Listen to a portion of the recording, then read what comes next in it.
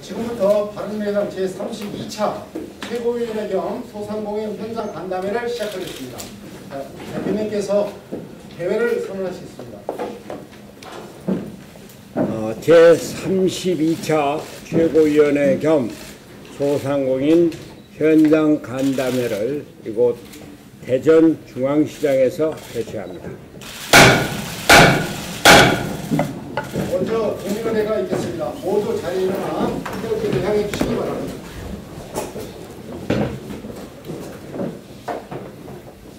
국회대표 넷! 바로 이하 국민회는 생각하겠습니다. 모두 자리에 앉아 주시기 바랍니다.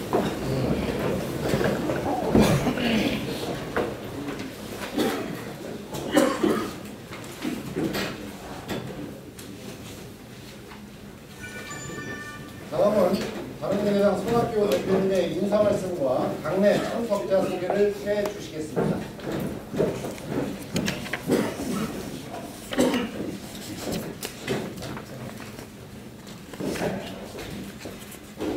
우선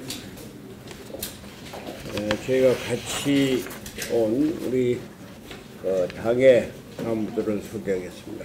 우리 하태경 의원은 안 오셨나? 못 오신데? 네. 이준석 최고위원이십니다. 권은희 최고위원이십니다. 김수민 최고위원이십니다. 청년위원장을 겸하고 있습니다. 김삼화 수석 대변인이십니다. 최입의 비서실장이십니다. 현영철 전략홍보위원장이십니다. 지금 사회를 본 임헌경 사무부총장이십니다. 오늘 바쁘신데 이곳 소상공인 현장 간담회에 참석을 해주신 구범님 대전상인연합회 회장님, 또 장수현 전국상가연합회 회장님, 또 김태호 은행동 상가연합회 회장님을 비롯해서 이 지역의 여러 지도자 여러분께 감사드립니다. 오늘 바른미래당 최고위원회는 지난주부터 시작된 국민의 삶, 민생부터 현장 최고위원회 일환으로 대전 중앙시장에 소재한 대전 상인연합회를 찾았습니다. 이 자리에 참석해 주신 전통시장 상인 여러분을 비롯한 자영업자, 소상공인은 두말할 필요가 없는 서민경제의 근간입니다. 실제로 국내 자영업자 수는 약 570만 명으로 전체 취업자 중 25%의 비중을 차지하고 있습니다. 취업자 4명 중 1명은 자영업자란 의미입니다. 그러나 급격한 최저임금 인상으로 인해서 자영업자, 소상공인의 어려움이 커지고 있는 현실이 안타깝습니다. 경기 침체와 소비심리 악화로 경영이 어려워진 상황에서 설상가상으로 인건비 증가까지 더해져 자영업자, 소상공인 여러분의 근심과 걱정이 이루 말할 수 없음을 잘 알고 있습니다.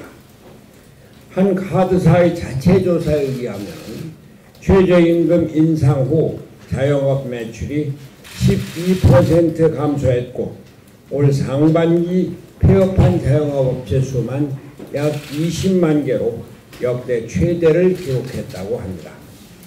올 한 해의 자영업 폐업자 수는 역대 최초로 100만 명을 넘을 것으로 예측되고 있습니다. 취임 초기 국정수행 지지도가 84%에 이를 정도로 기대를 받던 문재인 대통령에 대한 국민의 실망이 커지고 있습니다. 무리하게 추진한 소득주도 성장 정책으로 인해서 서민 경제가 뿌리부터 흔들리고 있기 때문입니다. 문재인 대통령이 서민 경제를 살리길 원한다면 우선 최저임금을 현 수준에서 동결해야 합니다.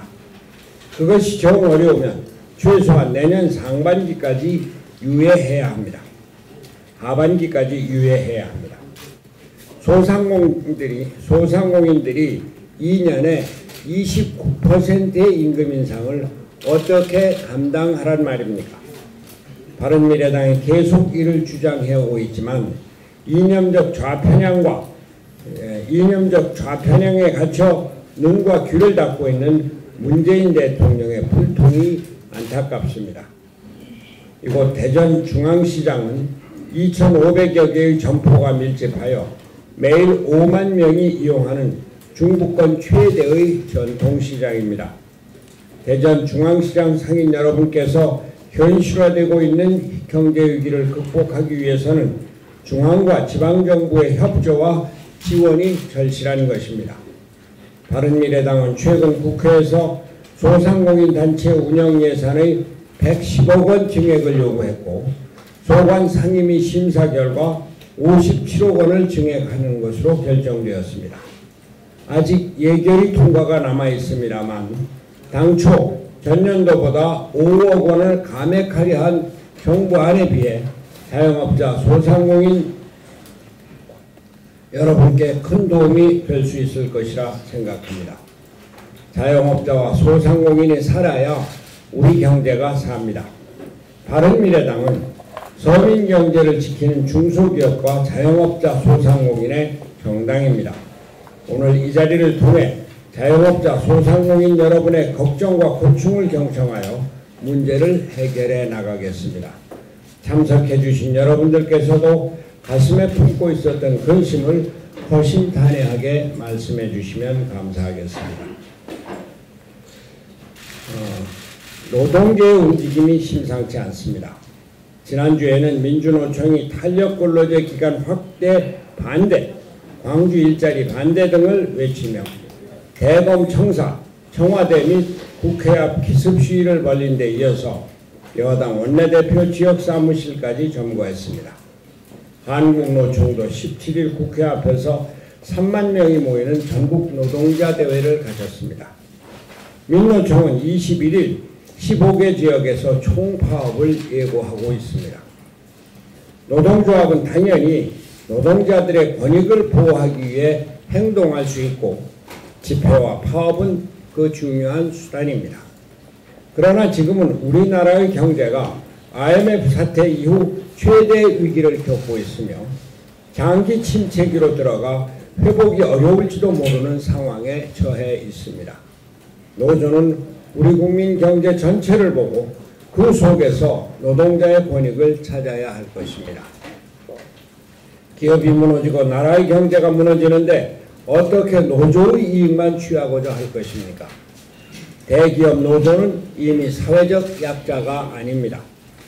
자동차 산업의 경우만 하더라도 임금은 세계 최고의 수준인데 생산력은 최하위 수준입니다. 2011년에 465만 대 생산하던 것이 2018년은 411만 대를 밑돌고 있습니다.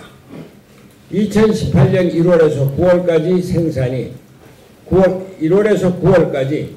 생산이 마이너스 9.2%, 내수가 마이너스 3.8%, 수출이 마이너스 10.4%나 감소하고 있습니다.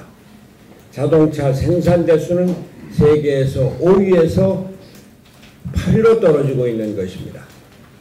영업이익도 전분기 대비 66.7%나 감소하고 있고 토요타의 경우 매출액 대비 인건비가 7 내지 8%인데 현대차의 경우 매출액 대비 인건비가 15%에 이르고 있습니다.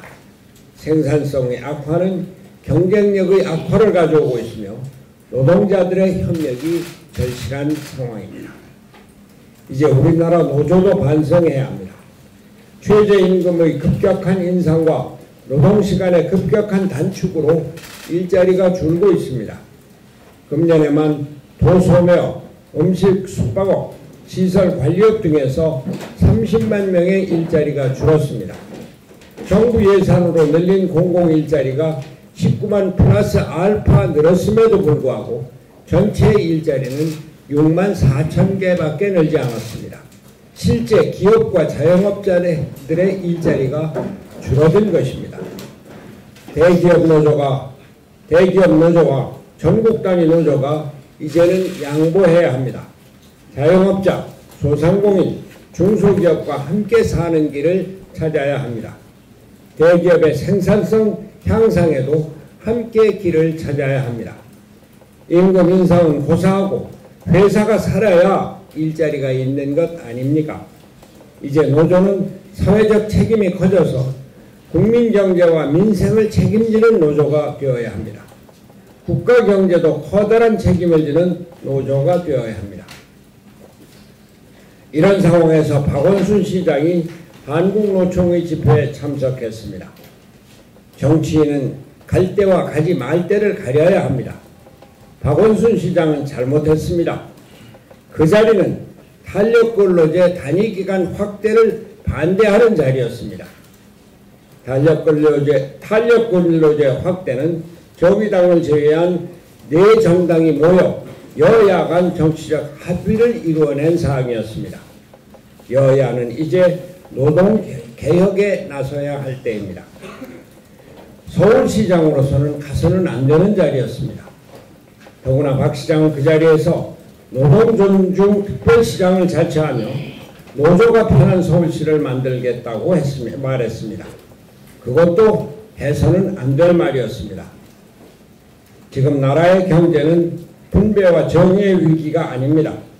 나라가 생산과 성장의 위기에 처해 있고 이를 해결하는 것이 국가와 정치인의 과제입니다. 시장과 기업을 중시하는 정치가 되어야 합니다. 포퓰리즘은 자칫 나라를 망칩니다. 이상입니다. 예, 감사합니다. 이어서 구본님 대전 상인연합회 회장님께서 환영사를 해주시겠습니다. 네, 안녕하세요. 대전 상인연합회장을 맡고 있는 구본입니다.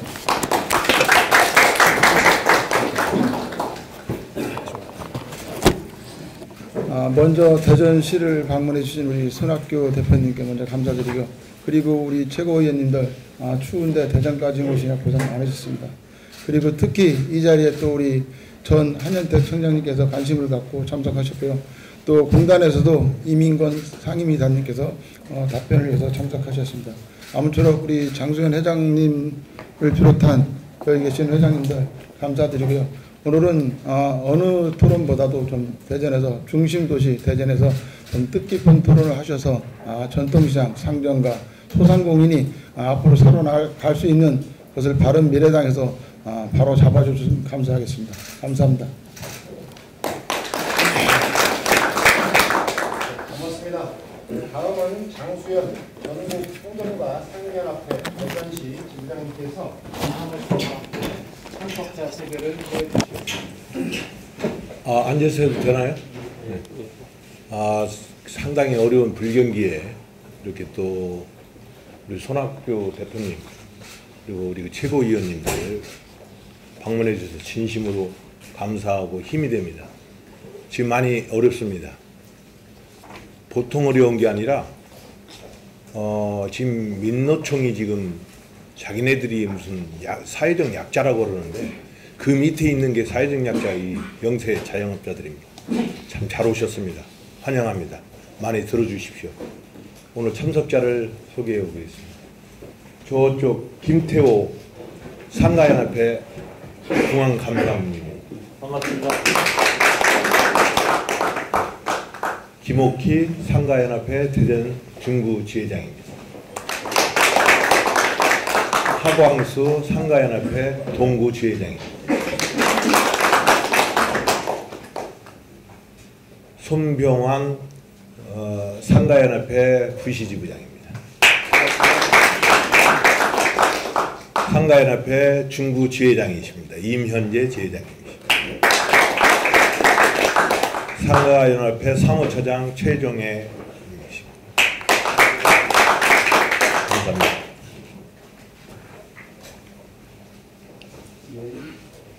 이어서 소상공인 시장 진흥공단 이정우 박원육성 시장님께서 공단 소개 및 전통시장 지원 대책에 대해서 브리핑해 주시겠습니다. 마이크.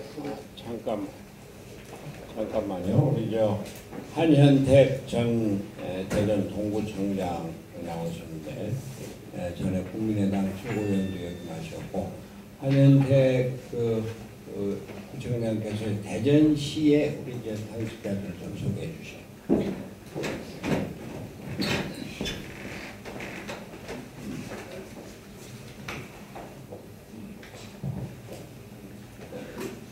지금 현재 우리 바른미래당의 전국 지역위원장 공모 중에 있어서 현직의 지역위원장들을 참석을 못하고 우리 전직 지역위원장들이 참석을 했습니다.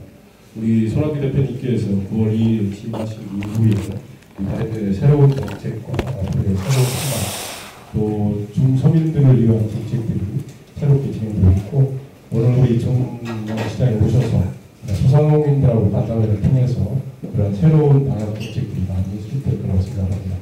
우리 구범진 회장님과 우리 장수현 회장님, 특히 서민 영세 사업자를 중점으로 하시는 분들이기 때문에 이야기 많이 들으시고 우리 바른미래당의 새로운 정책을 좀 추진했으면 좋겠습니다. 우리 심선영 유성 전 지역위원장. 김서영 서울갑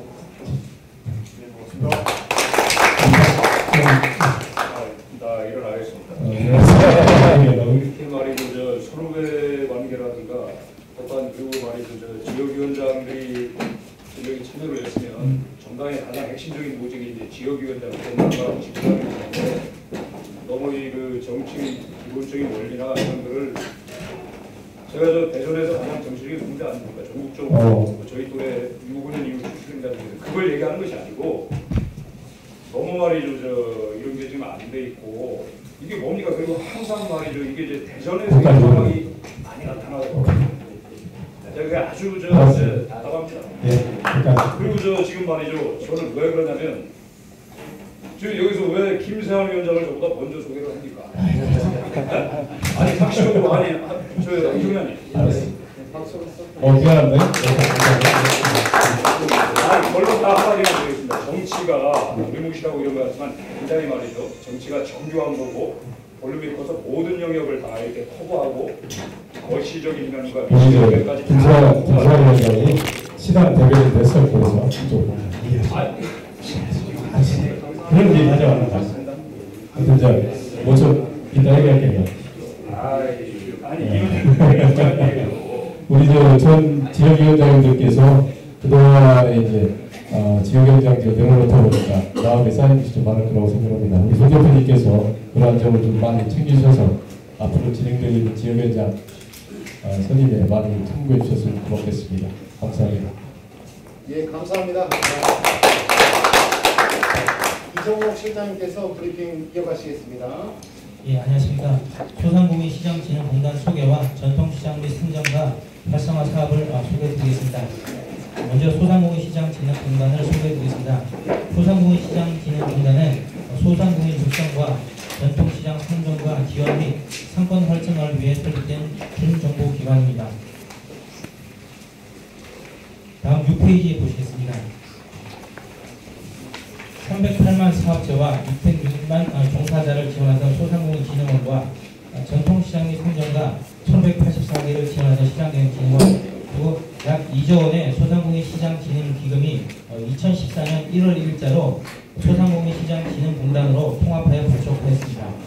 다음 10페이지 주요 기능을 말씀드리겠습니다. 저희 공단은 소상공인 전용 예산 2조 원의 기금을 운영하고 있고 소상공인 경쟁력 강화 사업, 업종별 특화 지원 사업, 특성화 시장 요청 사업, 소상공인 전통시장 경영 정보 제공, 소상공인 전통시장 조사 연구 정책 개발을 담당하고 있습니다. 다음은 개별적인 사업을 설명드리기 앞서서 잠깐 전통시장 현황을 말씀드리겠습니다.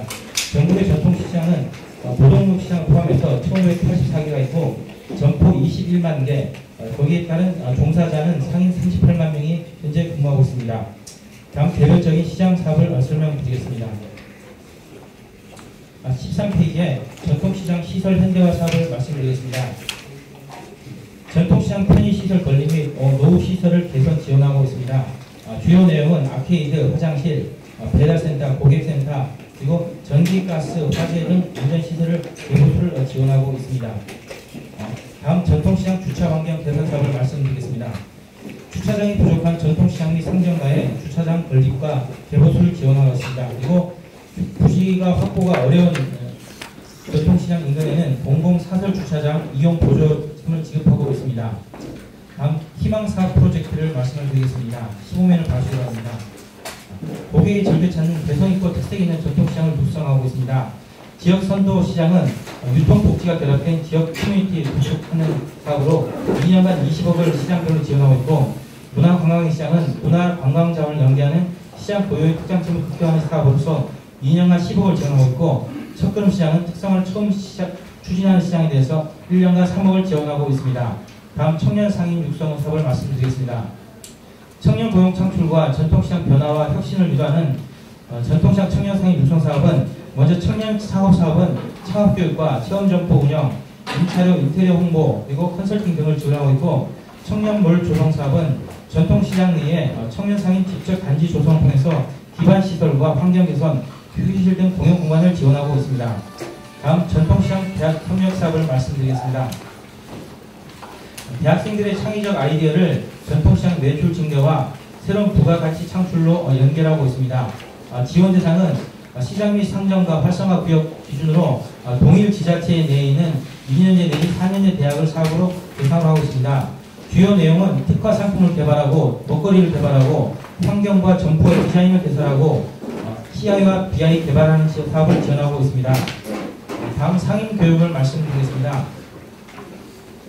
시장과 상점과의 점포 활성화를 선도하는 역량 있는 상인 2만 명을 육성하고 있습니다. 상인 대학원과 상인 대학 맞춤형 교육 등 사업을 통해서 지원하고 있습니다. 다음 온누리 상품권을 말씀드리겠습니다. 전국 전통시장 어디 곳에서나 사용할 수 있는 온누리 상품권은 2018년의 경우 약 1.3조 원의 온누리 상품을 발행하고 있으며, 지금까지 총 누적 4조 6천억을 발행하였습니다. 지유 상품권은 14개 금융기관에서 취급 판매하고 있고, 전자상품권은 7개 금융기관에서 판매하고 있습니다. 다음은 시장 마케팅 지원 사업을 말씀드리겠습니다. 21면을 봐주시기 바랍니다. 먼저 공동 마케팅은 시장 축제와 시장별 마케팅 등 홍보 행사 등을 지원하고 있습니다. 그리고 전국 우수시장 박람회는 우수 상품의 비교 전시 홍보를 통한 전시의 개최 비용 등을 하고 있습니다. 매년 한 100개 정도의 시장이 참석하고 있습니다. 그리고 지역 상품 전시회는 지역 우수 상품 및 특산물 홍보를 위한 전시회를 개최하고 있습니다. 광역 지자체별로 연간 3개를 지원하고 있습니다. 다음 시장 활성화 컨설팅을 말씀드리겠습니다. 전통시장 매출 증대와 고객 유입 부모를 위한 연간 700건의 컨설팅이 시행되고 있습니다. 다음 시장 매니저 지원을 말씀드리겠습니다. 상인의 행정능력 강화와 상인의 가입 제고 등 조직력 강화를 위해서 전문인력 시장 매니저를 공개 채용해서 월급의 일부를 지원하고 있습니다. 금년에 244개에 대한 시장을 지원했습니다. 장보기 및 배송 서비스 사업을 말씀드리겠습니다. 전통시장만의 차별화된 장보기 배송 서비스 도입을 위해서 연간 70개 시장에 대한 지원을 하고 있습니다. 지원 내용은 장보기 및 배송 서비스 운영에 필요한 콜센터, 배송기사, 장보기 도우미의 인건비 일부를 지원하고 있습니다. 전통시장 화재 공제 사업을 말씀드리겠습니다. 전통시장 특성 및 상인들의 자발적인 참여를 유도할 수 있는 화재 공제를 도입하여서 상인들의 생업 안정망을 구축하고 있습니다. 가입 대상은 전통시장 특별법상의 전통시장 개별 점포 및 시장 상인의 단위가 되겠습니다. 전통시장 화재 안전점검을 말씀드리겠습니다. 화재 등 안전 위험 요인을 파악하여 제거하면서 안전한 시장 환경을 조성하고 있습니다. 점검 내용은 소방, 전기, 가스 분야별로 법정 전문기관, 즉 화재보험협회, 전기안전공사, 가스안전공사와 협업하여서 전기, 가스, 소방 분야에 대한 합동 점검을 실시하고 있습니다. 점검 결과는 지방자치단체에서 통보하여 그 다음 해에 예산 반영하여 시설을 개선하도록 권고하고 있습니다. 전통시장 화재 알림 시설을 말씀드리겠습니다.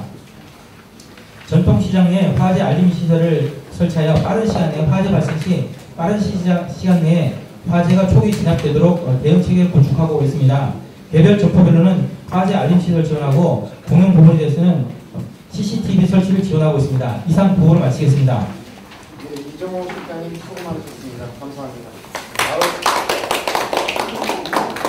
다음은 최고위원님께서 짧은 인사와 함께 현안에 대해서 말씀하시겠습니다. 이준서 최고위원부터 발언을 이어가겠습니다. 네, 오늘 저는 상임분들이 최대한 나가기 위해서 적극적 발언을 다시 하도록 하겠습니다. 고론 최고님 혹시 하실 거? 네, 저 안 했고요.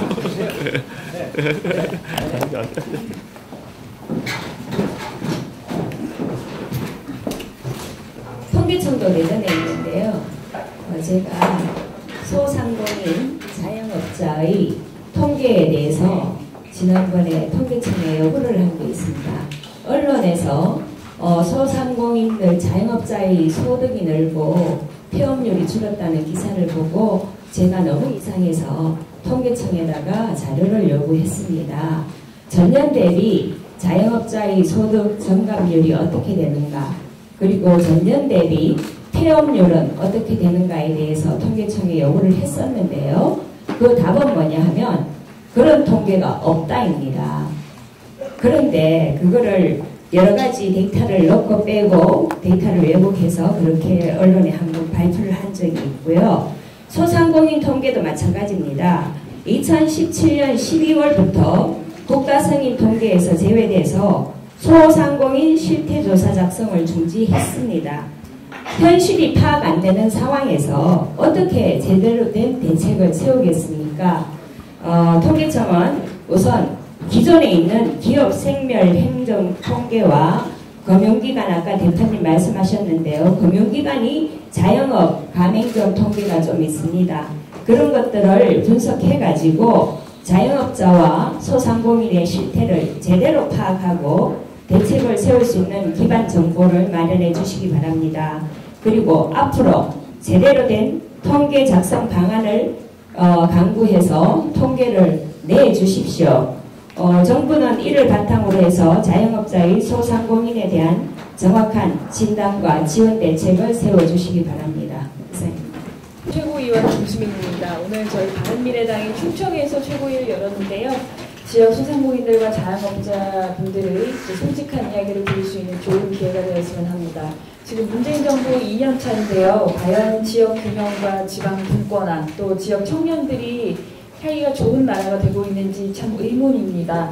제가 이제 지역에서 청주에서 만나는 청년들은 이렇게 이야기를 합니다. 서울 출생만으로 그것만으로도 스펙이다, 이렇게 이야기를 하면서 스스로를 서러운 지방러라고 부릅니다. 집값과 일자리, 또 생활환경, 문화인프라 모든 것이 아직도 지역은 참 많이 열악한 상황입니다.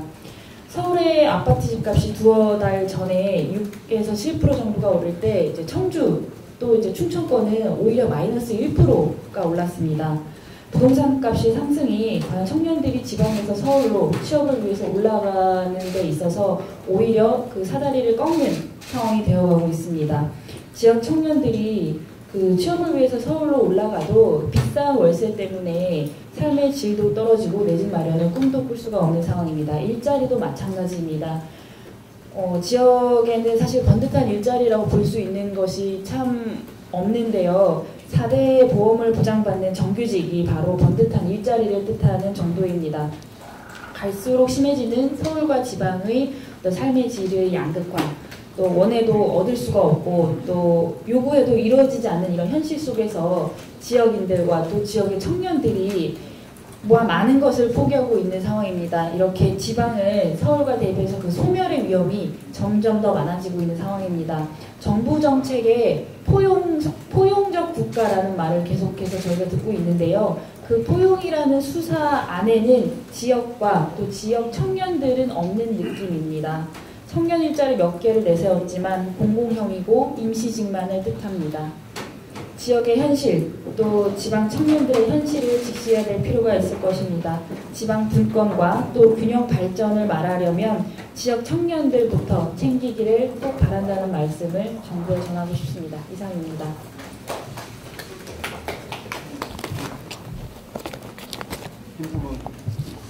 수고하셨습니다. 이준석 최고위원 적극적 발언을 안 하려고 이렇게.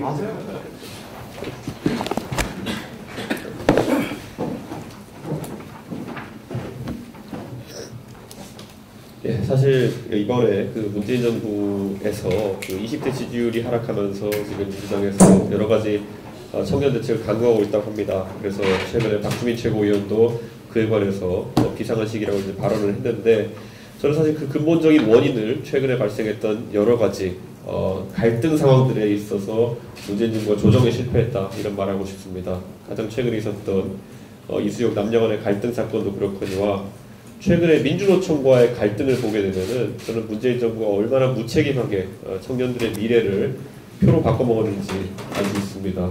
선거 때는 그렇게 민주노총과 연대를 통해서 그들의 기득권을 보장해주고 표를 받아 챙긴 다음에 지금 와서는 이제 그것이 일자리 정책을 펴는 데 있어서 장애물이 된다는 점을 인지하고 곧바로 태세 전환을 하는 모습을 보면서 과연 청년들이 지금까지 사회를 분열시키기 위해서 문재인 정부가 표심을 노리고 했던 행동들에 대해 가지고 신뢰를 보낼 수 있겠습니까? 지금 안보 문제에 있어서도 지금 청년들은 20대 청년들 같은 경우 과거 김대중 대통령, 노무현 대통령 시절의 대북 정책들에 대한 체험 자체가 적었기 때문에 이런 이벤트적인 요소들에 열광을 했었지만은 이제는 다들 이야기합니다.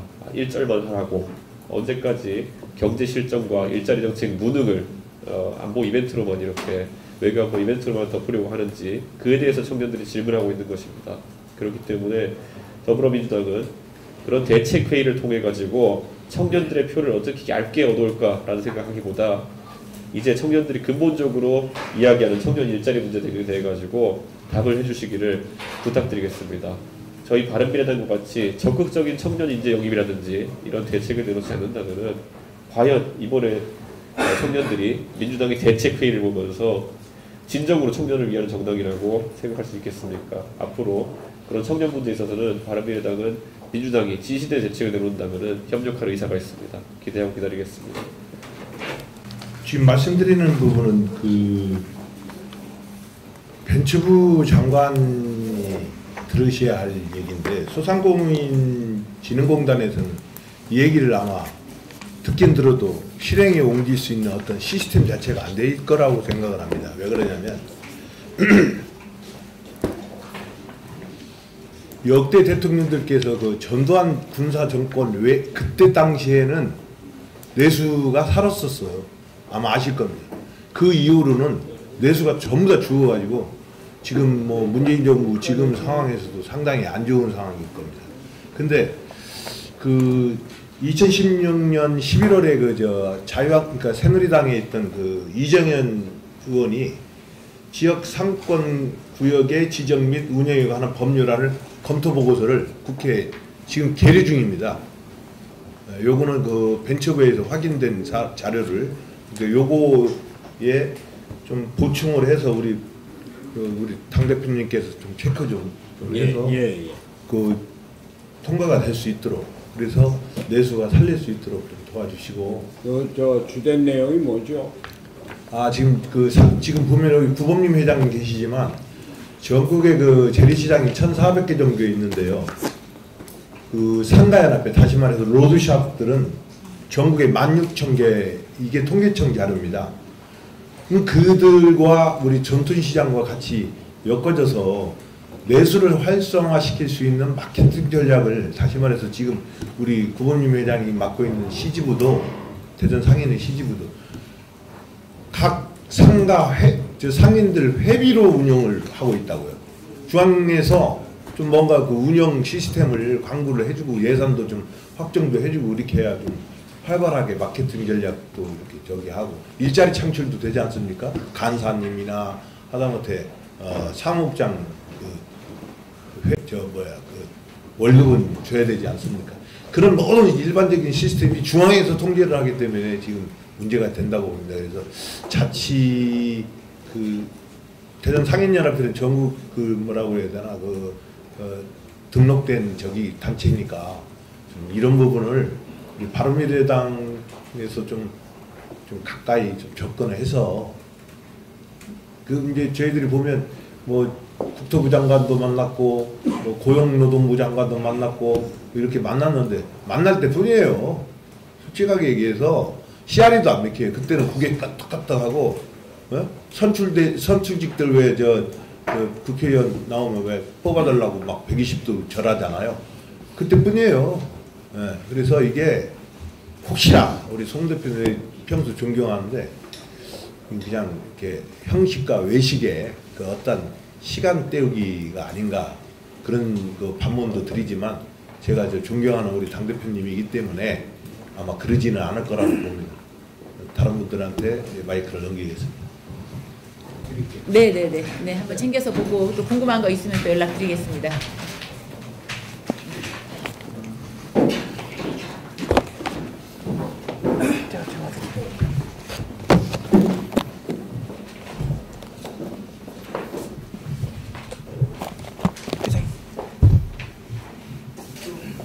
뭐 건의사항 있으시면 하나씩 여기 있습니다. 네. 안녕하십니까. 저는 대전의 중심인 은행동에서 600여 개 상가 상인들의 대표를 맡고 있는 은행동 상점가 상인회장입니다. 저도 한 지역에서 30년간 장사를 해왔습니다.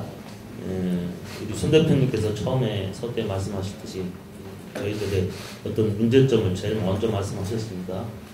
최저임금, 우리 또 최고위원님들께서도 다 언급하셨지만 저희 장사하는데 물론 임대료도 좀 문제지만 지금 현 상황에서는 최저임금이 가장 어려운 상황입니다. 제가 어제 저녁에 우리 아주 능력있고 저랑 오랜 파트너십을 갖고 있는 매니저가 카톡으로 문자를 보냈습니다. 사장님, 이번 달 매출이 너무 죄송해요. 그래서 저 사장님한테 죄송해서 월급만 받기 어려워서 그만둬야 될 것 같다는 그런 문자 메시지를 받았습니다. 저 30년 장사하면서 이런 경우 처음이었습니다. 오죽하면 직원들이 월급 받기가 미안해서 못하고 있다고, 그것도 저랑 신뢰를 쌓고 또 저한테 많은 도움을 주는 신뢰하는 직원이 그랬습니다. 어쨌든 올해까지는 어떻게든 견뎠지만 내년에 이제 올해보다 10.9% 더 오르게 되면 그냥 통계 숫자상으로는 830원이 오르지만 이제 제가 하는 거는 화장품 업종을 하고 있는데 6명을 고용하고 있습니다. 그냥 편하게 말씀드리면은 제가 가져가야 될 소득의 6명분을 최저임금 때문에 280만 원을 이제 그들에게 줘야 됩니다. 물론 이제 최저임금이라는 그 취지는 저임금 근로자들한테 적정한 임금을 주는 것은 절대 반대하진 않지만 이게 어떤 그 속도와 또 다른 대책을 강구하면서 했으면 좋았을 텐데 뭐 우리 대표님도 이렇게 아시겠고 이제 8월에 김동연 부총리께서 뭐 저희들 그런 부분과 뭐 경제적인 정책 또 세제 이런 거를 발표했는데 저희 소상공인들한테는 전혀 도움이 안 되는 겁니다. 특히 우리 지금 소상공인 공단에서 오셨는데 최저임금에 일자리 안정자금이 13만 원에서 15만 원 올려준 거 저희들한테는 전혀 도움이 안 됩니다. 그리고 정부에서는 또 뭐 저희들은 좀 웃음밖에 안 나왔는데 뭐 세무조사를 뭐 유예하고 뭐 이런 부분들이 현실에 닿지도 않을 뿐더러 정말도 정치하는 분들이 저희들의 그런 저희들 많이 배우지도 못했지만은 기본적인 거 이렇게만 해도 저희들이 좀 고통분담을 하면서 저임 근로자와 같이 갈 수 있는 방법이 있을 것 같은데도 그런 걸 못하는 게 좀 답답하고 결론적으로 말하자면은 저희들은 품위유지와 또 원리원칙을 강조하는 부모 밑에서 굶고 배고프고 자존심을 잃어가면서 이렇게 계속 있어야 되나 좀 그야말로 자괴감을 느낍니다. 하여튼 제가 말씀드린 부분은 저희 소상공인들이 수억 원을 들여서 또 임대료와 인건비 또 세금 이런 걸 내고서는 저희들 월급도 못 가져가는 현실이라는 것을 여러분들이 좀 인지해 주셔서 이런 부분을 정말로 해결해 주시길 간절히 부탁드립니다. 감사합니다.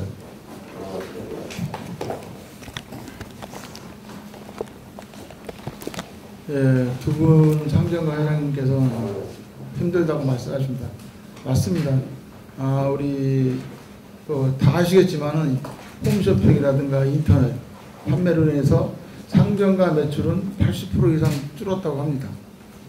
그리고 아까 대표님 말씀하셨지만은 이 최저임금제는 내년 하반기로 좀 연장을 해서 저희들이 어느 정도 지금 아까도 말씀 20몇 프로 1년에 인건비가 상승하는 거거든요.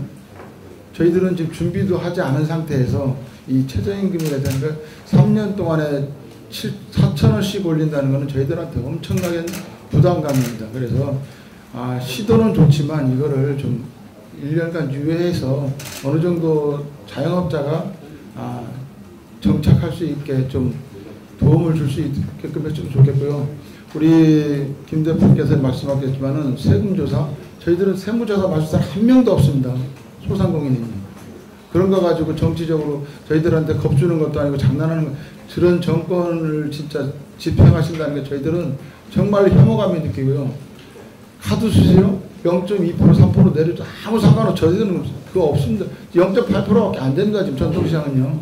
카드 수수료 내려준다? 저희들한테 장난하는 것밖에 안 됩니다. 부가세 차라리 1% 2% 깎아주는 게 저희들한테 도움이 되는 거죠. 지금 어느 전통시장에도 지금 현찰이 90% 돌던 게요. 지금은 카드입니다. 자녀, 손자 카드 번호 다 적어가지고 다닙니다. 현금 내셔도 현금 영수증 다 끊어가는 거는 자식들까지 다 가져갑니다. 그런 거를 공유해 주셔야지. 부가세 제일 중요한 건데 카드 수수료 맨날 내려준다 그건 아무 저희들한테 도움이 안 됩니다. 부가세 깎아주는 게 저희들한테는 1% 깎아주는 게 제일 도움이죠. 카드 수수료 0.8% 다 내려줘도 0.8%입니다. 저도 전통시장에서 26년 장사했지만요. 현찰 만져본 지가 진짜 언제인지 모릅니다. 현찰 내고 가면 5만원짜리 내고 가면 거의 100% 현금 영수증입니다. 저희들 자료가 없어서 심지어는 사는 분들도 있습니다. 사는 분들도 10%를 주고 그런 실정입니다. 전통시장과 상점과 정치권에서는 맨날 카드 수수료 얘기하지만 저희들은 부가세가 제일 중요한 겁니다. 그리고 우리 이제 또 저희들 이제 아까 장수현 회장님이 뭐 직원 좀 해달라고 그랬는데 뭐 공단에 제가 이제 간단하게 질문드리는데요. 지금 시장 매니저가 제가 알기로는 240 몇 명으로 되는데 부족합니다. 솔직히. 대전에 등록된 시장이 27개에 무등록 과정에서 43개입니다. 그래서 저희들이 이제 시에도 하고 공단에도 저희들이 건의하는 게 영세 시장은 한 시장당 매니저를 한 명을 못 두니까 저희 대전상인연합회 직원을 한두 명 더 주면 그분들이 그 시장에 가서 어떤 걸 도와줄 수 있는가. 뭐 30명씩은 안 되니까 2, 3명이라도 더 증언을 해주면 그 전통시장 상점가의 어려운 거. 지금 운영이 안 되는 거는 직원이 없고 사무실이 없기 때문에 안 되는데 그거를 한꺼번에 다 해주기는 힘드실 것 같으니까 1년에 뭐 한 10%씩이라도 좀 증언을 하셔서 좀 해주셨으면 좋겠고요. 그 이민건 우리 상임이사님께 하는 거는 항상 제가 건의하는 건데 다시 한번 부탁드리는데요. 시장에서 그냥 회비를 걷는 매니저도 월급을 170만 원 받고요. 우리 사무실 좀 옆에 보면 매니저 사업을 하고 있는데 매니저도 170만 원입니다. 5년 근무했는데 업무량도 틀리지만 업무 수준도 틀립니다. 단위 시장에서는 회비 그냥 하루에 2,000원씩 걷는 일용직 그 일이지만 우리 사무실이라든가 큰 시장에서는 기획을 해야 되고 이 사업을 따려고 하면 밤을 새서 일을 해서 서류를 작성해야 됩니다. 업무 좀 차별화가 있었으면 좋겠고요.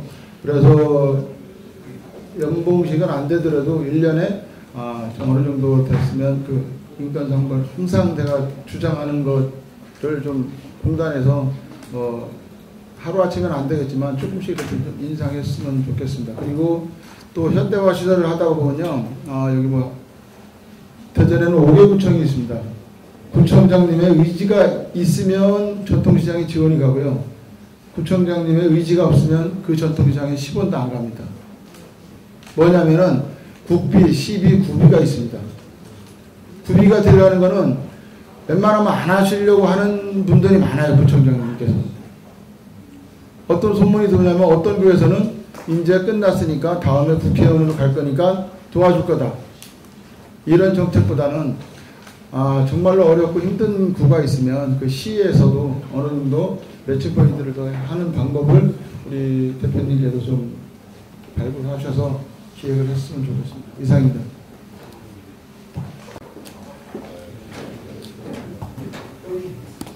네.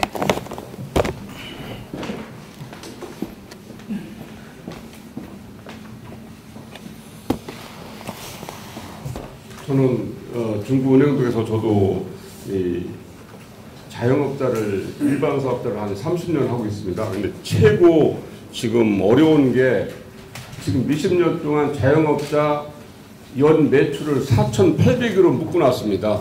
그래서 4,800 이상이면 세금 10%를 부과를 하고 있습니다. 저희들이 부과를 하고 있는데 그게 또 우리가 자영업자가 최고 어려운 문제이 시장을 보는데 계산서를 못 끊어요. 최고 어려운 게 자영업자가. 그래서 제가 세무서에서 많이 건의를 하고 그랬는데 정부에서 묶고 나서 안 된다는 거예요. 세무서에서는. 그렇게 하면 자영업자들은 그 자영업을 하면서 가정에서도 살림만한데 모든 걸 사용하고 있어요. 근데 직장인이나 대기업은 자영업자들이 모든 보험이나 의료나 식대나 외식대 이런 걸 다 세금 구제를 해줘요. 근데 일반 자영업자 이 음식업점은 음식점에 들어가는 것 외에는 세금을 절대 인정을 안 해줘요. 이 계산서를. 그래서 그게 연 4,800으로 묶어놓은 게 지금 제가 알기로는 국회에서 지금 몇십 년 동안 지금 이렇게 묶여있다고 하는데 제가 이제 국회의원님들하고 그걸 한번 토의를 해봤어요. 제가 오실 때. 자영업자 매출이 중앙정부 예산의 한 20%를 차지한다는 거예요. 그래서 국회의원들이 그것을 발의를 못한다는 거예요. 그래서 그래서 이 자영업자들이 거기 정말 참 4,800을 묶어놓은 게 연 4,800이면 연 4,800만 원 벌어도 안 됩니다. 수입이. 그래서 이건 꼭 중앙정부 올라가셔서 당 대표님께서 꼭 좀 이것 좀 연 매출을 8천만 원이든 1억이든 자영업자를 올려줘야 돼요. 그래서 이건 꼭 좀 건의 좀 해주십사 하는 부탁을 드리고. 4,800이면요. 20만 원이요? 네. 엄청 어렵습니다, 지금. 그래서 그거 좀 꼭 해주시고 또 이 예정신고라는 게 있어요, 자영업자가. 예정신고는 미리 세금을 내는데 좀 늦으면 부과를 내요, 또. 예? 자동차세도 1년치 한꺼번에 하면 10%씩 감해주더라고요. 근데 일반 자영업자는 예정신고를 미리 세금을 내도 공제되는 없어요, 또.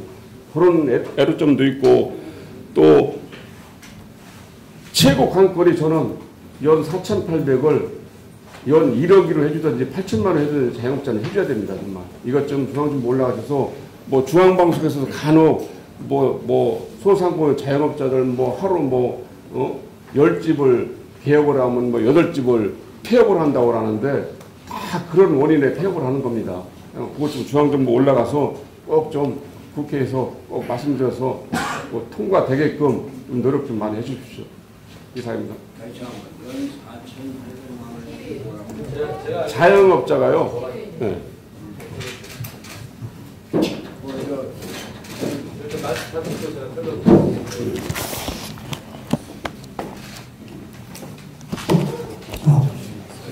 안녕하십니까. 저는 동부지휘장을 맡고 있고 홍도동 상점가 95개 회장을 맡고 있는 하원수입니다. 저희도 아까도 많이 나왔지만 이 최저임금 때문에 거의 마트 같은 경우는 거의 한 30%를 줄였습니다. 그리고 2시까지 하던 게 11시로 줄었습니다. 그래서 저녁 일이면 거의 이제 컴컴하게 지는 일은 좀 암흑기가 될 것 같습니다. 모든 업종의 식당부터 다 최근 지금 시행되는 게 인원수 줄이기로 들어갔습니다. 그리고 시간을 줄여가지고 월급을 보통 20에서 30% 줄여가고 있고, 이거는 어른이 참 이 저기를 갖다가 참 박수 쳐주는 건지 모르고, 또 현재 그 한 50%대 이 참 지지율이 나온다는 게 우리 저희 저 성정가에서 이렇게 얘기하다 보면은 참 기가 막히고, 참 이게 과연 이게 우리나라 사람들의 이 생각인가 참 의구심이 많이 갑니다. 제가 이 장사를 하다 보니까 홍보는 같은 경우는 이 90년에 저희가 상인인데 행사는 참 많습니다. 그런데 뭘 하려니까 저희 같은 경우는 보통 지금 2종 주거지역으로 묶여가지고 무슨 업체가 큰 적이 할 수 있는 게 하나도 없습니다. 홍보동 전체가 다 2종이에요, 거의. 그래서 이런 상장가를 살려주려고 저희 상인위를 등록을 시켜가지고 저희가 이제 시장 제도권에 들어왔는데도 할 수 있는 게 없다고 해서 저는 요즘 보면서 이게 과연 정치고 이게 참 나라 돌아가는 꼴인가 참 한심스러운 생각이 듭니다. 그래서 이런 각 지역에 각 동에 한 군데 정도는 작지만 이 상정가를 좀 할 수 있는 그 활성화를 만들어줘가지고 이게 아마 국토부에서 하실 일인 것 같은데 이런 그 시장 활성화를 할 수 있는 이런 지역을 변경을 해가지고 그래서 앞으로나 어느 동에 가도 이 사람들이 자립할 수 있는 곳에서 장사가 잘 돼가지고 각 동에 행사할 때 지원을 해서 그 동네가 좀 활성화가 되게 해주셨으면 좋겠습니다. 어느 지역에 가면 전체가 다 상업지역이에요. 그래서 모든 업종에 다 들어오다 보니까 모든 행사를 해도 풍성한데 저희는 정말 이 조그만 구멍가게를 할 수 있는 여건이 안 됩니다. 모든 시청에도 안 되고. 그래서 제가 요즘에 이제 다녀보니까 동구 각 지역의 전체로 하는 게 뭐 7080이라는 게 있습니다. 근데 모든 조건은 무대를 시설하고 이 스프링클러 설치하고 방영 시설을 다 해놓고서 술 먹고 와서 연주를 하는데 사람이 노래를 부르면 불법이에요. 가수는 노래를 불러도 되고 사람이 노래를 부르면 안 된다. 그런데 이게 왜 그러냐? 상업지역이 아니기 때문에 안 된다는 거예요. 다른 걸 시설은 모든 걸 허가를 다 해놓고 모든 대전시내 7980 다 불법으로 만들어놨습니다. 그래서 이 등록단체를 만들어줄 때는 그 지역의 그 특성도 같이 만들어갖고 변화가 돼야 하지 않을까. 이게 맨날 규제를 해제한다면서 규제는 잘 해제되는 게 없습니다. 그래서 과연 이 정도의 50%가 지지하는 사람들이 정말 제정신인가 싶을 정도로 좀 안타깝고, 이 우리 가령대라고 또 우리 한현태 부총장님께서 저희 상인이 계실 때 등록을 해주셔가지고 저희가 제도권에 들어왔는데 이 모든 걸 같이 병행해서 살려나갈 수 있도록 한번 좀 살펴봐 주시기 바라겠습니다. 감사합니다. 네, 감사합니다. 우선 방금 전에 그 4,800 간이가 일반과 왔잖아. 거기서 우리 친구들 다른 분들 말씀 듣고요. 예, 저희 더 말씀하시죠. 많이 드시죠.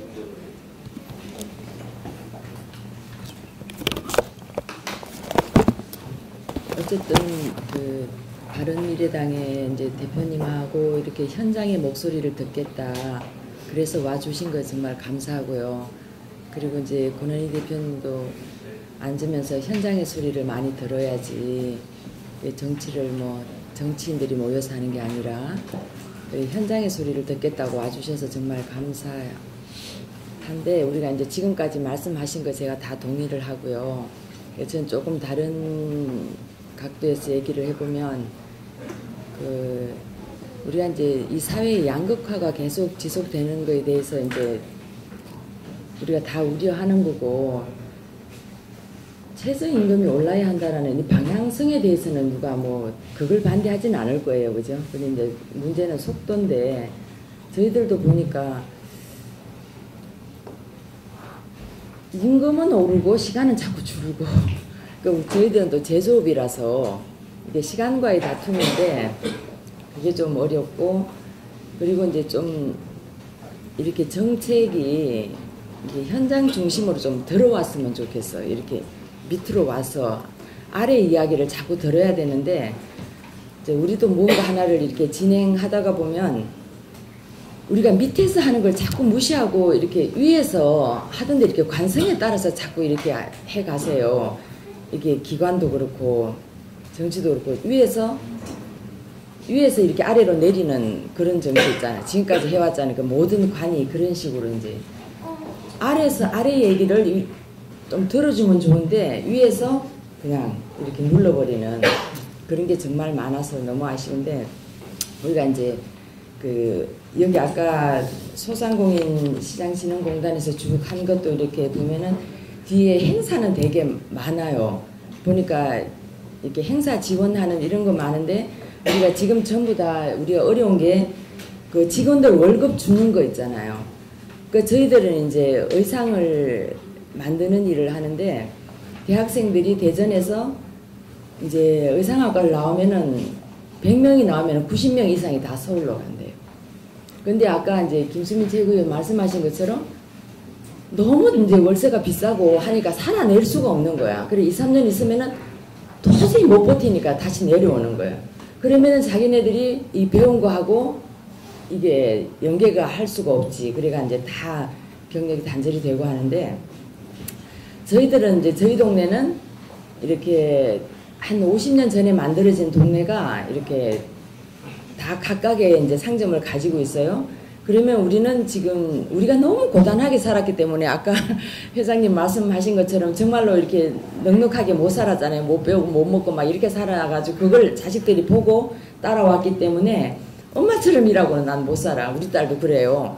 엄마처럼 일하고 어떻게 살아. 우리는 밤도 낮도 없이 이제 진짜 주말도 없이 이렇게 살았는데 지금 와보니까 우리는 그거를 다 이게 시간 꼬박꼬박 지켜야 되고 막 진짜 5분도 뭐 1분도 추가해서 안 해줘요. 여하튼 이런 세상을 우리가 만났는데 우리가 할 때는 그냥 정말 그렇게 일을 해놓고 우리가 사람을 쓸 때 되니까 이제 그렇게 된 거예요.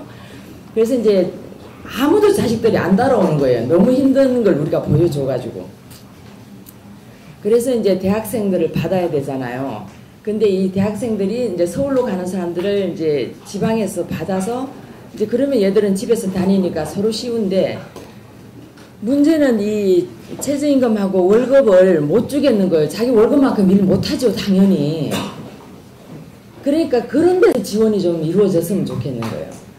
얘네들이 자기 월급만큼 일할 수 있을 때까지 그걸 좀 지원을 해주면 우리도 사람을 쓸 수가 없어.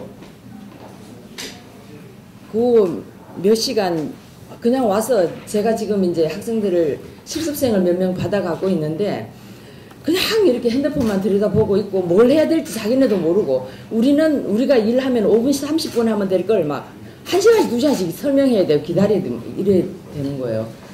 그래서 그냥 전부 다 안 한다고 그래요. 오면은 걸거적거리기만 한다 하지.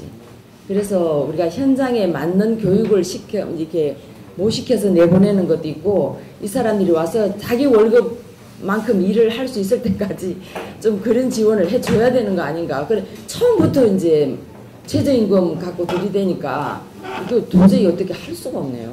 그때는 저 그만할게요. 그 공통되는 부분들이 있으신 것 같아요. 일단 그 부분부터 좀 말씀을 드리면 간이과세 기준 상향하자는 말씀은 저희가 진작부터 계속 저희 당에서 주장을 했고 제가 직접 대표 발의해서 지금 4,800을 1억으로 올리자라고 법안을 올려놨습니다.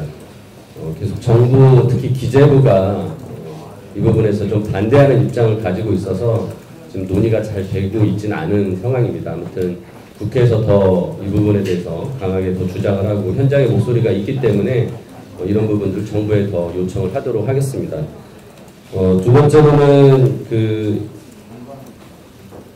신용카드 수수료 좀 낮춰져봤자 큰 소용없다라고 또 말씀하시기도 하는데 또 다른 뭐 자영업자들은 또 요구를 하는 상황입니다. 그래서 일단 그 낮추는 노력도 하지만은 내년부터는 그 부가가치세 납부할 때 신용카드 매출액 소득 세액공제를 300만 원 한도에서 500만 원까지로 확대하게 했습니다. 그러니까 이 부분을 제가 부가가치세도 세액공제의 항목을 계속 높여야 한다, 추가해야 된다라는 주장을 했고요.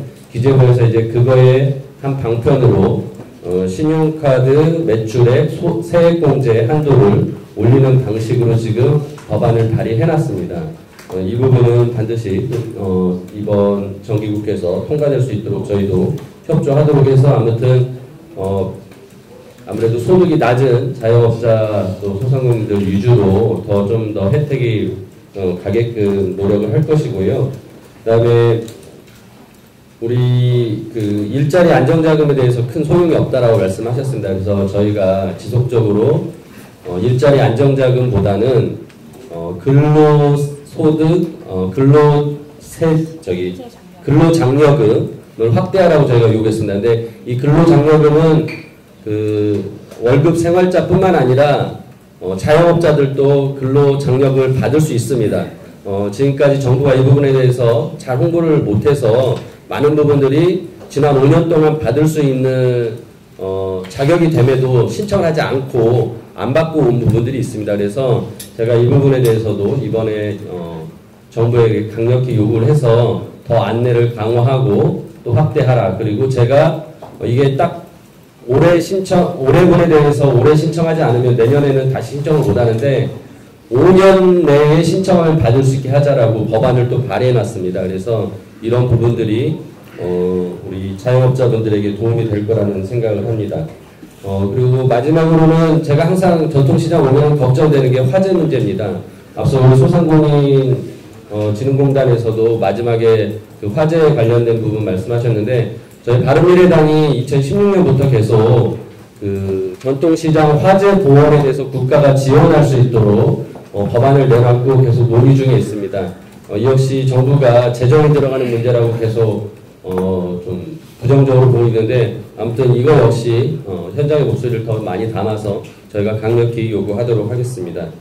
그리고 우리 마지막에 김옥규 회장님이 말씀하신 그 초기에 대학생들이 와서 졸업하고 바로 와서 좀 현장에서 일하고 여기서 지역에 뿌리내릴 수 있으면 하면 좋겠다고 말씀하신 부분은 저희가 무엇보다도 산학협력 강화하는 쪽으로, 그러니까 학교 다니는 학생들이 현장에 와서 실습도 하고 거기서 또 직장을 구할 수 있도록 하는 부분에 대해서는 지속적으로 관심을 가지고 있습니다. 이게 이제 교육과 일자리가 함께 어우러져야 된다는 취지로 저희가 그런 또 지역의 대학들을 지원하는 방안에 대해서 계속 강구하고 있고 예산도 확대하기 위해서 노력을 하고 있습니다. 그래서 아무튼 부족하나마 저희가 지금 그런 방향으로 추진하고 있다는 말씀 드리고 아무튼 또 좋은 제안들 주신 것들은 또 이후에 입법이나 또 정부의 정책 제안으로서 계속 추진하도록 하겠습니다.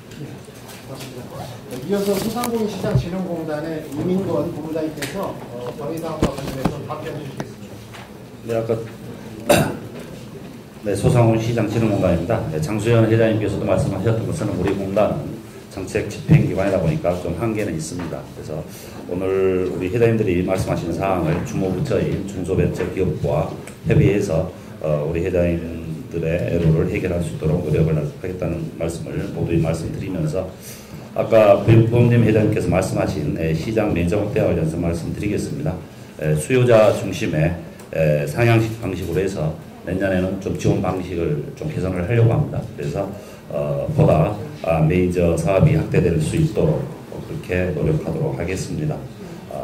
소상공인 및 전통시장 우리 상인분들이 어려움을 겪고 계시는데 자생력을 강화할 수 있도록 보다 깊이 고민을 해서 정말 우리 상인분들이 체감할 수 있는 그러한 집행이 지원이 될 수 있도록 현장 밀착형으로 저희가 지원을 강화해 나가도록 최선을 다하도록 하겠습니다. 네, 감사합니다. 네, 고맙습니다. 공인지원공단이라는 게 중소기업 벤처부 소관입니까? 네, 그렇습니다. 그럼 거기에서 어떤 위치에 있습니까? 저희가요? 예. 저희는 이제 중소벤처기업부가 정책을 수립을 하면 저희들은 이제 집행을 하고 있습니다. 지금 이민권 본부장님은 공무원이십니까? 아닙니다. 저희는 공공기관. 공공기관으로. 그럼 중소기업 벤처부하고는 어떤 관계죠? 저희 산하기관입니다. 산하기관. 혹시 그럼 본부장님은 중소기업본부나 또는 중소기업부나 산자부 공무원을 하셨습니까? 저는 내부 직원 출신입니다. 예? 내부 직원 내부 출신입니다. 직원 출신이시고 공단이 얼마나 됐죠? 저희가 2014년 1월 1일부로 두 개 기관이 통합이 돼서 출범을 했습니다. 원래 2005년에 설립된 시장경영진흥원하고 2006년에 설립된 소상공인진흥원이 2014년 1월 1일자로 통합돼서 공단이 되었습니다. 예. 우리 상인 여러분들께서는 소상공인진흥공단으로부터 어떤 지원을 받습니까? 아까 우리 식으로 저희 상인 교육이라든가 현대화 시설, 워크숍 여기 있는 내용을 공단에서 다 집행을 받아서 저희들이 이제 아까도 했지만은 국비가 60%고 시비, 구비가 있기 때문에 부에서 승인을 안 해주면 못하는 게 많기 때문에 아까 제가 그걸 못하는 시는 시에서 이제 이것도 중소벤처부터 할 일인데요. 그 시에서 어느 정도 관심을 갖고 해주셔야지 전통시장 전체가 지원을 받을 수 있습니다. 예를 들어서 5개 구청 중에서 구청장 의지가 없으면 이런 사업을 하나도 못합니다. 자부담 있는 겁니다. 예, 실제로 많은 도움을 받고 있습니다. 예, 저희들은 저희 공단이나 우리 구청, 시청에서는 전통시장 상점과 등록돼서 정상화되는 데는 실질적으로 도움을 많이 되고 있는데 아까 장수현 회장님 얘기했지만은 미등록이라든가 등록이 안 된 데라든가 상업지역이 좀 떨어진 데 그런 데는 좀 아주 혜택을 못 받고 있는 상태입니다. 그 중소기업 벤처부가 독립해서 생기고 나서 많은 도움이 더 있습니까? 없어요.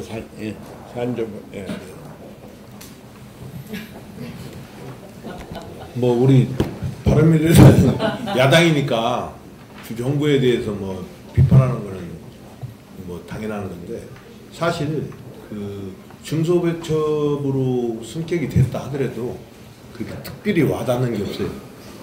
예를 들어서요. 저 무슨 동네 상점가 등록을 했는데 마케팅 격의로 해서 800만 원을 지원하고 200만 원 자부담이거든요. 그러면 800만 원 가지고 행사하라는데 앰프 흘리죠. 무대 설치하죠. 가수 하나 부르죠. 그러면 없어요. 뭐로 행사를 합니까? 그렇게 열악해요. 말은 소문난 잔치에 먹을 거 없다고 이렇게 띄워놓고 실질적으로 사람들 한 500~600명씩 오거든요. 그거 하나 보려고.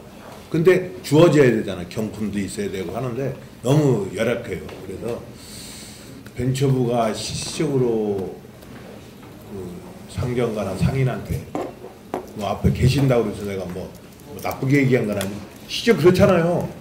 전국에 미등록이 16,000개인데 등록되는 데는 1,400개란 말이에요. 그럼 1,400개만 상대해요. 나머지는 안 하고. 그러면 그 사람들은 국민 아닙니까? 공무원들이나 일반 사회원들은 퇴직하면 퇴직금 나오죠. 우리 자영업자들은요, 망해도 퇴직금 1원 한 푼 못 받아가요. 이런 나라가 어디 있습니까? 이런 포커스를 맞춰줘야 돼요, 우리 바른미래당이. 그리고, 죄송합니다.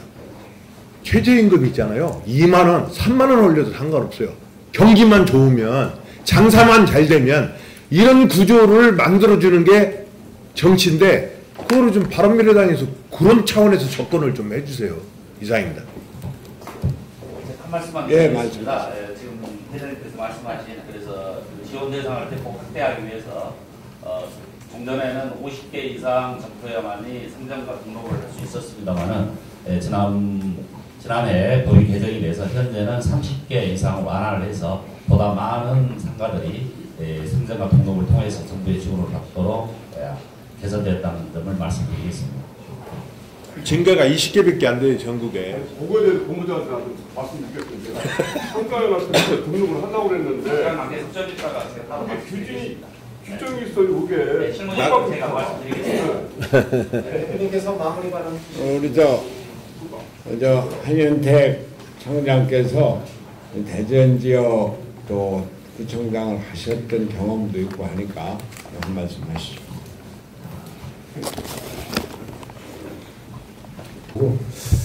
상인들, 소상공인들이 살아갈 수 있는 길을 열어줘야 그 다음에 중소기업들이 살고 그 중소기업이 또 반영이 돼야 대기업이 살고 국가 경제가 일어날 거라고 생각합니다.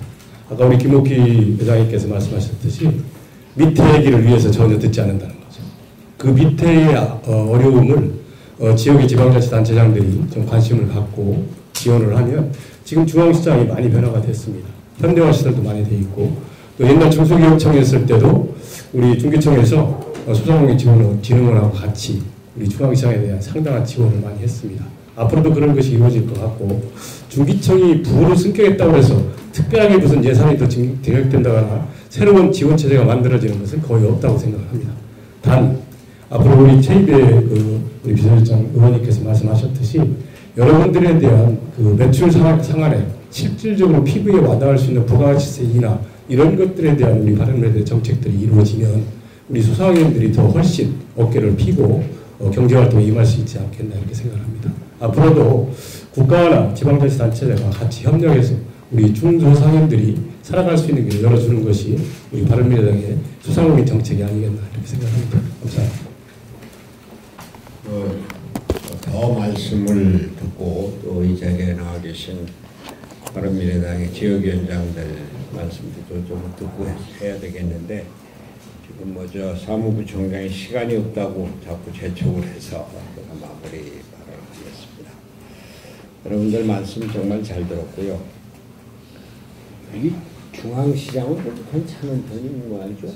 아까도 하나도 총장이 말씀하신 적극적인 지원 때문에 그리고 중부권 최대 시장이기 때문에 시나 구에서도 많은 관심을 갖고 있고 정부에서도 전통시장 중에서 대전이 중앙시장이 아까 2,500개 점포라고 했었는데 몇 년 전만 해도 한 3,000개 점포에서 지금 2,500개 점포를 중입니다. 아침에 보니까 대전 사람들 무척 부지런하다 하는 생각을 했어요. 여기서부터 쭉. 그저 장이 열렸나 그랬더니 장이 열린 게 아니고 매일 하고 또 아침부터 이렇게 열심히 하시고 시장 안에서도 조그만 국밥집 같은 것도 아침부터 그렇게 한다고 어떤 열심히냐고 그랬더니 인사말인지는 몰라도 그냥 먹고 산다고 그래서 시장 상인들이 먹고 산다고 그러면 그건 잘 된다는 얘기 아니냐 그랬더니 뭐 그렇다고 그러는데 귀찮아서 그러시는 건지 모르겠어요. 근데 하여튼 좀 잘 됐으면 좋겠는데 오늘 여러분들께서도 많이 말씀을 하시고 저도 말씀을 드렸습니다만 우리 시장 상인들 또 자영업자 중소기업인들이 지불할 능력이 있어야 되는데 그걸 고려하지 않고 한꺼번에 16.4% 올리고 내년에 10.9% 올린다고 그러니까 이걸 정말 감당하기가 힘들 것 같아요. 아까 우리 김태호 회장께서 아주 정난하게 며칠을 말씀을 해주셨는데 저희는 16.4% 올리는 거 이걸 이미 시행이 되고 있으니까 어쩔 수 없다고 하더라고요. 이제 앞으로 한 달 반 있으면 한 달 반도 채 안 남았죠.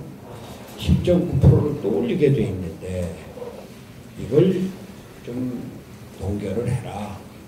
정 안 되면은 하다못해 우선 반년이라도 좀 유예를 해라. 그러면은 금년도에는 5% 정도 수준까지 될 테니까. 근데 최저임금이 평균 한 7% 쭉 이렇게 성장되어 오다가 16.4% 오르니까 감당을 못하게 되는 거죠. 노동시간도 마찬가지죠. 아까 먼저 어느 분이 말씀하셨더라. 2시까지 우리 하광수에 2시까지 하시던 거를 11시에 문닫는다. 요즘 저녁에 상가에 나가면 횡해요 전부. 근데 제가 참 그 송구스러운 게 저녁이 있는 삶이라는 말을 제가 그랬거든요. 근데 저녁이 있는 삶이라는 게 그냥 일자리가 없이 집에 가서 쫄쫄 굶는 저녁이 있는 삶이 아니라 먹을 것도 있고 집에 가서 저녁상도 공부하고 또 영화도 보고 연극도 보고 또 음악회도 가고 또 이것저것 운동도 하고 이렇게 여유 있는 삶을 행복한 삶을 얘기하는 게 저녁이 있는 삶인데 그냥 저녁 시간만 갖다가 내두고 이 상가회행 비고 발이 날리게 하고 그러니까 전체적으로 경제가 안 돌아가는 거예요.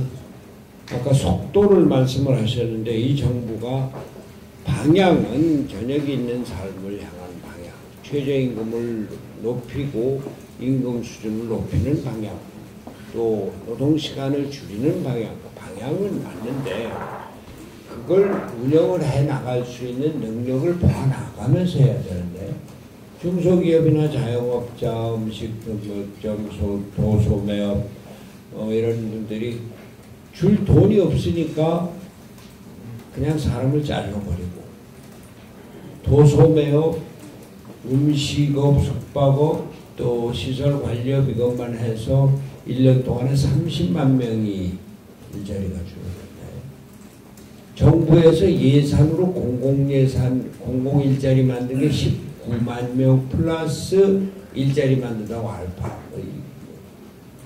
근데 전체적으로는 10월 통계를 보면 6만 4천 명밖에 되지 않았어요. 보통 1년에 우리나라에서 한 25만 명 정도는 늘어나야지 제대로 경제가 운영되는 건데 참 걱정입니다. 저희는 오래전부터 최저임금 인상을 동결해라. 정 안 되면 우선 단년이라도 유예해야 된다고 전혀 듣지 않고 있어요. 그래서 제가 원내대표하고 얘기를 했어요. 그 다른 당 자유한국당 원내대표하고 좀 얘기를 해봐라. 자유한국당 원내대표가 또 노조 출신이거든요. 노조 눈치를 봐서 이게 안 되는 겁니다. 그래서 제가 오늘 노조 이야기를 하고 지금 노조라는 게 많은 노조원들이 있지만 대기업 노조가 문제고 기민노총 문제고 해서 이 노조가 이제는 우리 사회 전체 문제에 대해서 좀 책임을 져야 된다. 이런 생각입니다. 자영업자들 이런 분들 말씀하시는 거 보면 아주 현실적인 얘기. 좀 아까 김태호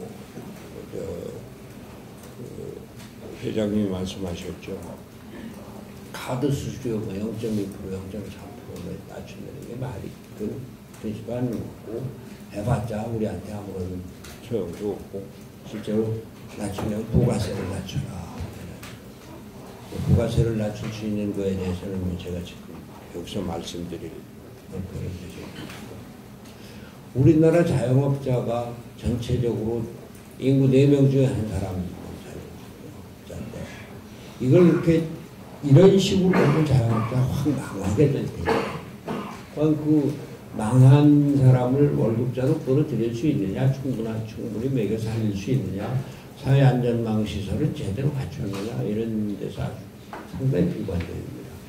경제는 지금 외국 기관에서는 우리나라 금년도 경제 성장률을 2.5%로 낮춰잡고 내년도는 2.3%다 이렇게까지 하고 있거든요.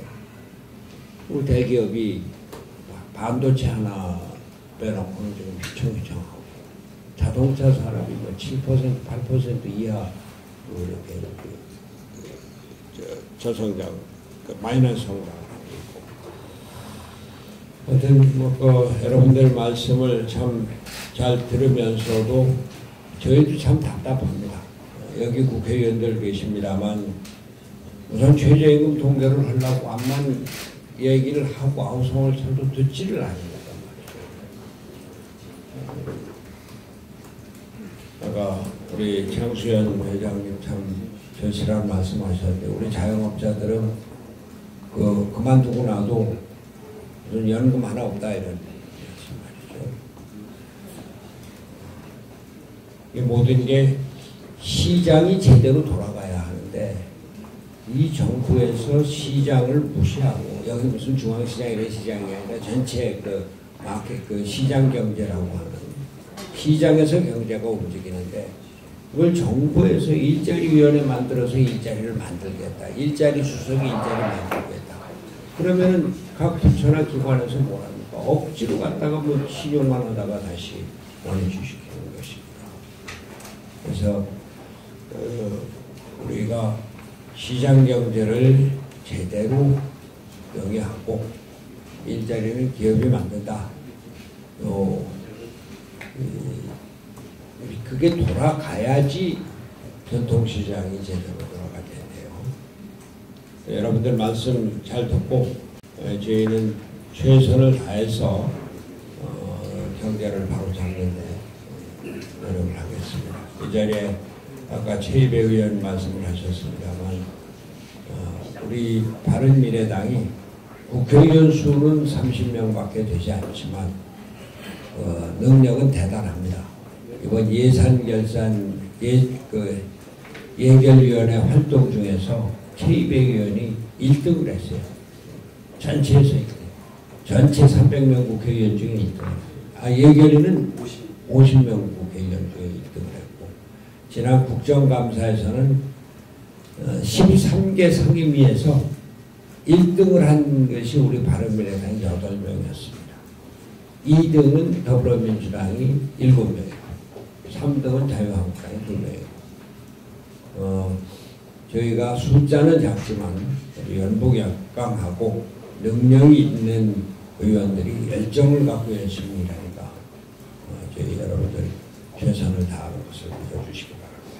오늘 이렇게 귀한 시간을 내주신 구범님, 대전상인연합회 회장님, 장수현 전국상가연합회 회장님, 김태호 운행동 상인회장님, 여기 계신 여러분들께 진심으로 감사드립니다.